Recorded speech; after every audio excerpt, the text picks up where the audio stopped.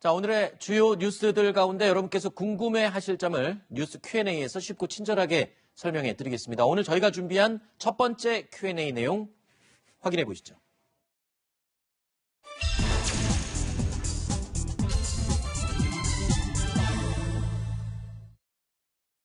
길이만 알면 단통승부터 갈 낀데 말이야. 확실한 소스 말이다, 소스.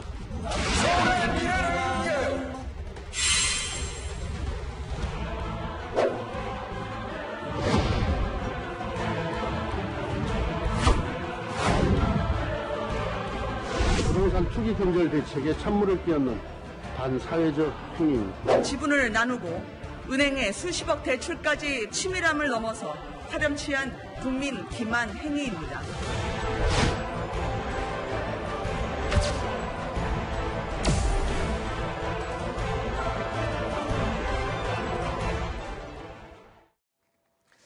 언제나 날카롭고 정확한 분석을 해주시는 전문가 세 분이 스튜디오에 오늘도 나와 있습니다.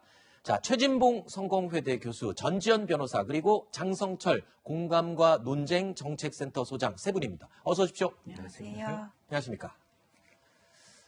LH 직원들의 이 3기 신도시 투기 의혹 파문이 쉽게 가라앉지 않을 것으로 보입니다.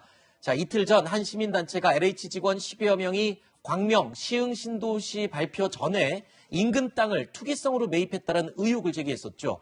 여기에 새로운 사실들이 지금 추가로 속속 드러나고 있습니다. 투기 의혹을 받고 있는 직원들 대부분이 특정 지역 농협 한 곳에서 모두 대출을 받았다. 지금 그런 얘기가 확인이 됐어요. 그러니까 얼마 전에 광명 시흥시구 여기 신도시 개발한다고 발표 났었잖아요. 네. 근데 LH 전현직 직원 15명이 여기다 땅 투자를 이제 100억대 정도를 했는데 네. 그중에 58억 원을 같은 은행에서 대출을 받았다는 거예요. 한 지점에서요? 예, 북시흥 농협 지점이라고 얘기를 하는데 같이 땅 투자를 하는 사람들이 그러면 같이 몰려가서 땅 대출을 받았던 게 아니냐 지금 그렇게 의심이 드는 대목이잖아요. 네. 더군다나 LH 직원 같은 경우에는 어디가 개발이 될 거라는 정보에 좀 더 친숙할 거고 그렇죠. 여기가 2015년 MB정부 때 특별관리 지역으로 지정이 됐었는데 그 이후에 해제될 거란 얘기가 계속 나왔어요. 네네. 근데 이 사람들이 땅을 산 시점이 2018년 4월부터 최근까지고 네. 4월 있다가 땅 사고 나서 5달 있다가 3기 신도시 계획 발표가 났었거든요. 네. 그러니까 정보를 입수하고 그 주변에 있는 사람끼리 다 같이 같은 지점에 가가지고는 대출을 받고 투기를 한 게 아니냐 지금 이런 얘기가 나오고 있습니다. 지금 지역의 특정 농협, 지점 농협이면은 그렇게 규모가 큰 이 창구도 아닐 거예요. 그런데도 이 지점에서 무려 58억 대출을 모두 동시에 거기서 받았다. 글쎄요. 조직적으로 움직였다라는 증거로 볼 수 있다. 뭐 이렇게 지금 주장을 하고 있는데요. 자, 또 한 가지 있습니다.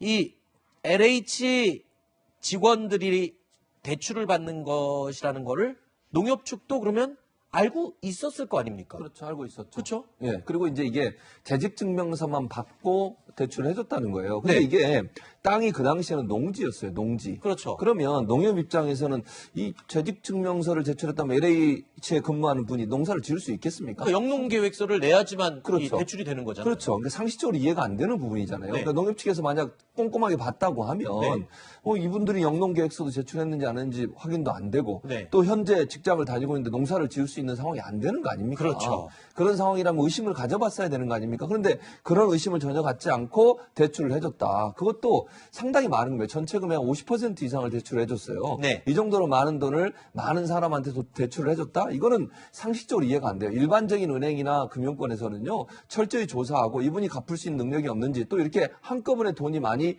빌려가는 그런 단체로 네. 지금 돈을 빌린 거 아닙니까? 네. 그런 상황이라고 의심을 해봐야 되는데 의심을 안 했다는 것도 네. 이 농협도 사실은 좀 조사가 필요한 상황이 아닌가 이런 의심이 든다는 거죠. 그리고요, 이들이 매입한 땅의 특성을 보면 이게 투기가 아닐까? 아니면 이게 지정이 될 것으로 신도시로 지정이 될 정보를 미리 알았다라고 좀 짐작할 수 있는 부분이 또 있습니다. 왜냐하면 땅 중에 이 주변 길하고 연결이 되지 않아서 땅으로 치면은 사실 쓸모가 없는 땅, 좀 용도가 떨어지는 땅을 맹지라고 하는데요. 이 맹지를 이 실제 가격보다 더 비싸게 주고 샀답니다. 그러니까 용도와 쓰임새가 떨어지는 이 맹지를 시세보다 한 1.5배 더 비싸게 주고 샀다. 자, 이거는 이 땅이 훨씬 많이 오를 것이라는 확신이 있지 않고서는 도저히 이렇게 할 수가 없는 행동이라면서요. 그렇죠. 아니 부동산 투자라고 일부 뭐 본인 직원들 중에 그렇게 주장하는 분들이 있는데요. 네. 이게 말이 됩니까? 아니 길도 안 나와 있고요. 그 땅이 언제 개발될지 모른다고 가정을 해보죠. 그렇죠. 거기다 누가 투자를 합니까? 그것도 자기 돈으로 한 것도 아니에요. 반 이상을 빌렸어요. 그렇죠. 그 이자는 어떻게 갚을 겁니까? 네. 만약 이 땅이 개발된다는 확신이나 아니면 개발된다는 정보가 없다고 하면 네. 그냥 추측하는 겁니다. 물론 아직까지 네. 확신이 나온 게 없으니까. 일반적인 상식적 차원에서 본다면요.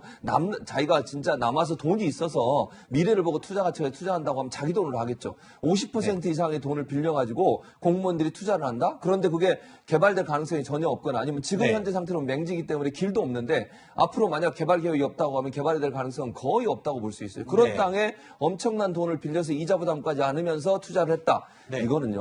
상식적으로 추론해 보건데 정보를 알지 못하면 하기 어려운 그렇죠. 상황이에요.